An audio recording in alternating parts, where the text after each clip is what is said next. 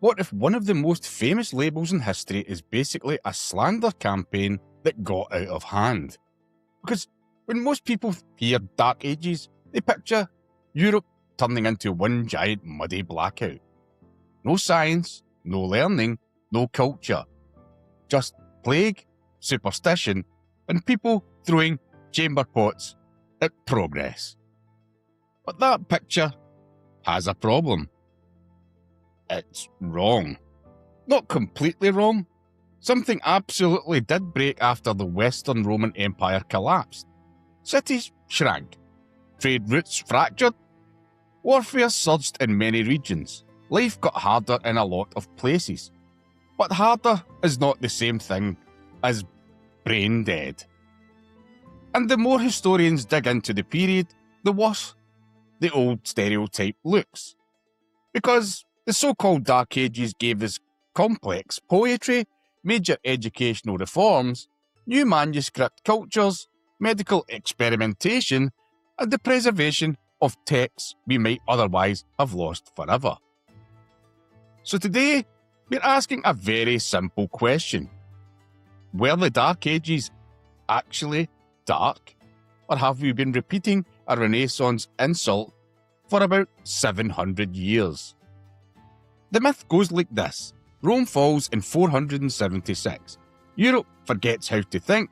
Civilization goes into a long coma.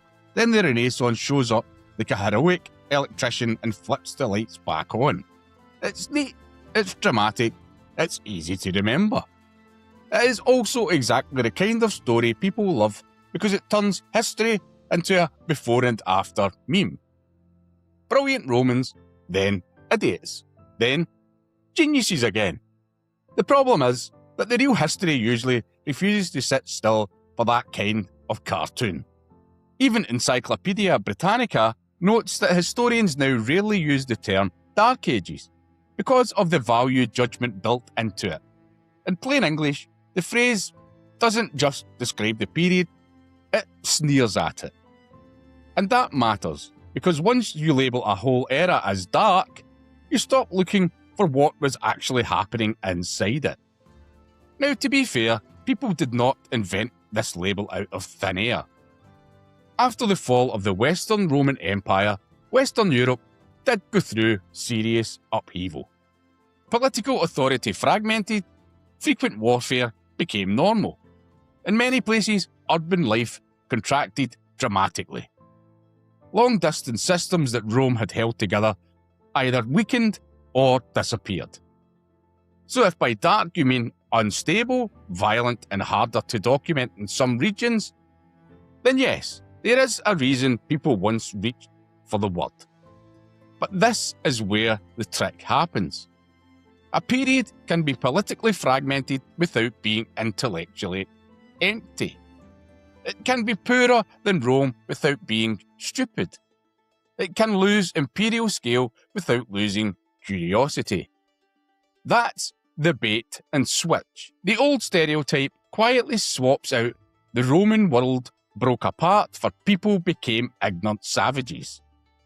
Those are not the same claim. One is history, the other is theatre.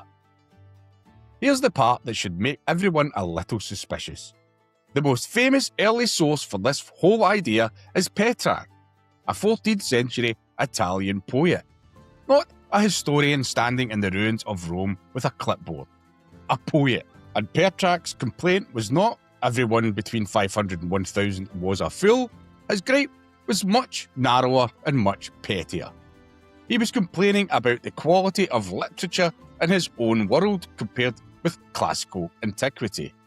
In other words, one of the biggest reasons we call this period dark is because a Renaissance intellectual looked backward, adored Rome, and decided the centuries in between were aesthetically disappointing. Which is very human. Also very dramatic. Also not a reliable way to label nearly 1,000 years of history. Getty's medievalists point out that this misunderstanding stuck, and over time, dark shifted from "I don't like the literature" or "we lack sources" into a sweeping insult implying superstition, stagnation, and cultural failure. This is a huge leap, and it's one we still casually repeat now, like it came stamped on a museum plaque by God. This is where the old myth starts to wobble like a cheap pub table. Because if the early medieval world was just a void, you would expect to find very little evidence of organised learning, preservation, experimentation, or literary culture. Instead, you find all of them. Take the Carolingian Renaissance. Under Charlemagne and his successors in the 8th and 9th centuries, there was a major revival of classical learning, uneducated reform, and scholarly activity. Scholars were gathered at court, schools were strengthened, texts were copied, grammar was standardised, and a new script, Carolingian minuscule, helped make writing clearer and more reproducible. That script matters more than it sounds. Britannica notes that versions of it became the basis of present-day Roman upper and lower case type. So one of the supposedly dark era's contributions is helping shape the very letter forms you are reading right now. That is not the behaviour of a civilization sitting in a corner eating mud. And it wasn't just elite court culture. Recent research into early medieval medicine is even more revealing. A major international project, the Corpus of Early Medieval Latin Medicine, has gathered hundreds of pre-11th century manuscripts containing medical material, nearly doubling the number of known medical manuscripts from this period. Researchers say these texts show people observing the natural world, recording remedies, identifying patterns, and trying to predict outcomes. No, that does not mean the 9th century was secretly running double-blind clinical trials in a stone lab with Gregorian chanting in the background. But it does mean people were not simply trapped in anti-scientific fog. They were curious. They were recording things. They were testing what seemed to work. They were thinking about the body in practical ways. This is a lot harder to square with the old everyone stopped using their brain version of history. And then there's the manuscript record more broadly. Cambridge's Curious Cures project conserved, catalogued and digitised 190 medieval medical manuscripts, putting more than 7,000 pages of medical recipes online. Those texts include remedies, surgical interventions, diagrams, and marginal notes copied into all kinds of books. That matters because it shows knowledge moving through society in messy, practical ways, not just sitting on one sacred shelf guarded by a monk named Somethingius. The period looks less like a dead zone and more like a workshop with terrible lighting. And literature? Same story. The surviving manuscripts of Beowulf, made around the year 1000, preserved more than 3,000 lines of sophisticated Old English poetry. Whatever else you think about early medieval Europe, a culture producing and transmitting something like that is not culturally blank. Another reason the Dark Ages stereotype survives is because people love a clean villain. And the clean villain in this version is usually the church killed science. Now, there are obviously limits, dogmas, and power structures in medieval Europe. This was not a free-thinking TED Talk paradise with candles. But the blanket claim that religion simply smothered inquiry does not hold up very well. Research highlighted by the ECLAS project argues that early medical monasteries were deeply engaged with subjects such as mathematics, astronomy, timekeeping, and medicine. Not despite religion, but often through institutions shaped by it. Again, that does not mean every monastery was a miniature CERN in sandals.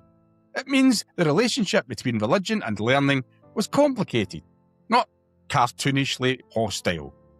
And once you accept that complication, the whole Dark Ages story starts losing oxygen. There's another issue here. Dark Ages is not just misleading, it's lazy. Because it flattened centuries of change into one miserable blob. The world of the 6th century is not the world of the 9th. It is not Anglo-Saxon England, the Byzantine world is not post-Roman Gaul, and Western Europe is not the whole planet. Smithsonian notes that serious historians and archaeologists now recognise that classical traditions and cultural exchange flourished far beyond the simplistic story of Rome fell, then darkness, then Renaissance. In other words, the label survives partly because it makes one corner of Europe look like the whole human story. It wasn't. That is part of why the phrase hangs around. It's useful, not for understanding the past, for simplifying it.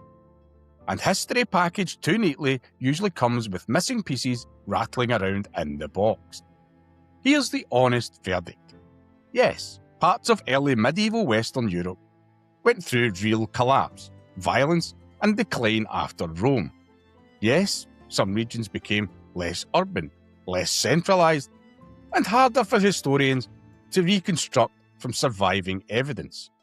But no, that does not mean the era was intellectually dark, culturally dead, or devoid of innovation. That version is too blunt, too biased, too inherited from later people with axes to grind and classics to worship. What we actually see is a world in transition.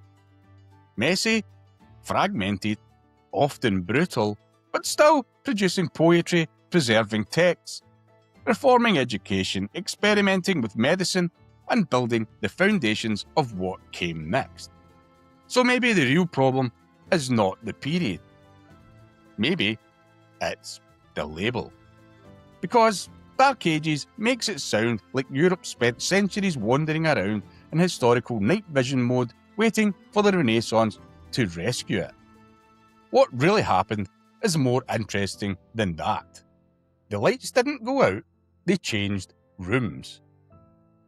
And that is why the Dark Ages weren't dark. Not in the way most people mean it. If anything, this is one of those perfect history myths.